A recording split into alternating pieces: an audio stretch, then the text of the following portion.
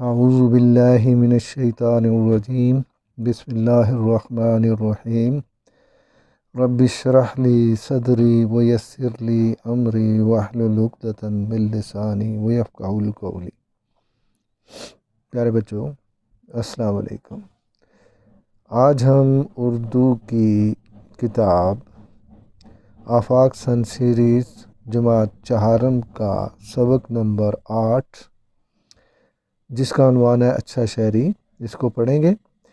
اس کے اہم الفاظ جو پڑھنے میں ذرا مشکل ہیں ان کو ہم ان کا تلفظ صحیح تلفظ کے ساتھ ان کو ادا کریں گے، ان کے معنی تلاش کریں گے، اور پھر اس کے بعد ان کے کتاب کی پڑھائی کریں گے، اور آخر میں پھر مشق جو ہے وہ کریں گے۔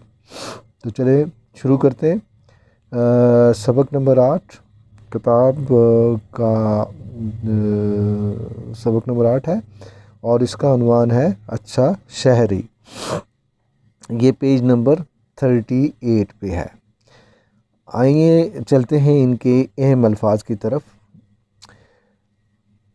خوشگوار، کیا لفظ ہے؟ خوشگوار، شرمندگی، ٹریفک، اخلاق، مطمئن۔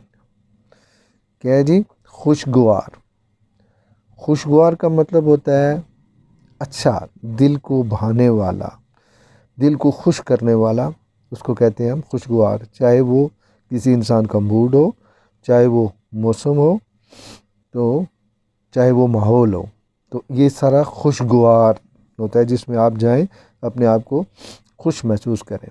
شرمندگی، شرمندگی کا مطلب ہوتا ہے نادم ہونا، یعنی جو آپ نے کام کیا ہے اس کا رزلٹ غلط نکلا تو آپ کو محسوس ہوا کہ یہ کام نہیں ہونا چاہیے تھا، پھر وہ انسان کو اس میں شرمندگی اس کو کہتے ہیں، جس کا مطلب ہوتا ہے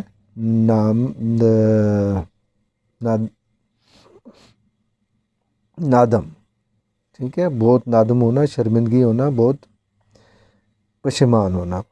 ٹریفک، ٹریفک جو سڑکوں پہ جو جو چیزیں چلتی ہیں ان کو ہم ٹریفک کہتے ہیں، جیسے ٹرک ہے، بس ہے، کار ہے، موٹر سائیکل، یہ ساری چیزیں جو ہیں وہ ٹریفک میں آتی ہیں۔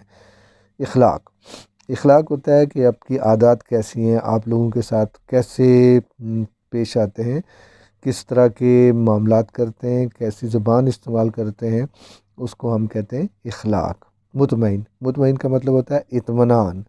اطمینان یعنی جیسا آپ ایک کتاب کا ایک سبق پڑھتے ہیں، سبق پڑھنے کے بعد اس کی مشق کرتے ہیں، مشق کرنے کے بعد آپ کو اطمینان ہو جاتا ہے کہ ہاں بس یہ اب سبق مجھے اچھی طرح آ گیا، یعنی آپ اپنی پڑھائی سے مطمئن ہو گئے۔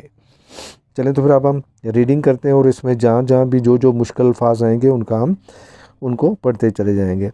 چھٹی کا دن تھا، موسم بہت خوشگوار تھا۔ خوشگوار جیسے ہم نے اوپر پڑھا ہے کہ بہت اچھا ہونا، دل کو بھانے والا موسم تھا، طبیعت خوش کرنے والا موسم تھا۔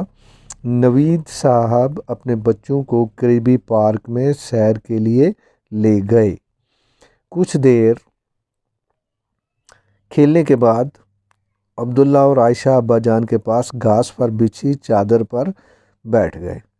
عائشہ نے لفافے میں سے بسکٹ اور چپس کے پیکٹ نکال کر ابا جان اور عبداللہ کو دیے اور خود بھی کھانے لگے۔ ارے یہ کیا؟ عبداللہ اور عائشہ نے خالی ڈبے وہیں گھاس پر پھینک دیے۔ اسلام میں صفائی کو نصف ایمان کہا گیا ہے۔ اگر ایسے ہی تمام لوگ کچرا پھینکنے لگ گئے تو ہر طرف کوڑے کے ڈھیر لگ جائیں گے۔ ابا جان نے دونوں کو مخاطب کرتے ہوئے ناراضی سے کہا۔ اچھا، اس میں آپ یہ دیکھیں کہ ایک تو آیا ہے کہ کچرا کس کو کہتے ہیں کہ جیسے گندی چیزیں، یا جیسے آپ نے کوئی چیز کھا کر اس کا جو ڈبہ ہے، اس کا جو ویسٹ مٹیریل ہے، یعنی اس کو وہیں پہ پھینک دیا. یعنی جیسے ہم چپس کھاتے ہیں تو چپس کے جو لفافہ ہوتا ہے وہ ادھر ہی پھینک دیا، کاغذ پھینک دیے، ڈبی پھینک دی، یا اور اس طرح کی چیزیں، تو وہ یہ ساری چیزیں جو ہے وہ کچرے میں آتی ہیں. تو کوڑا، اس کا کچرے کو کوڑا بھی کہتے ہیں.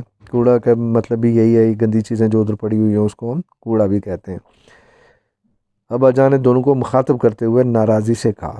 اب مخاطب کر کے کا مطلب ہے کہ ان کو جنہوں نے یہ کام کیا تھا ان کی طرف اشارہ کر کے، یعنی ان کو بتاتے ہوئے کہا کہ میں آپ کی اس بات سے ناراض ہوں.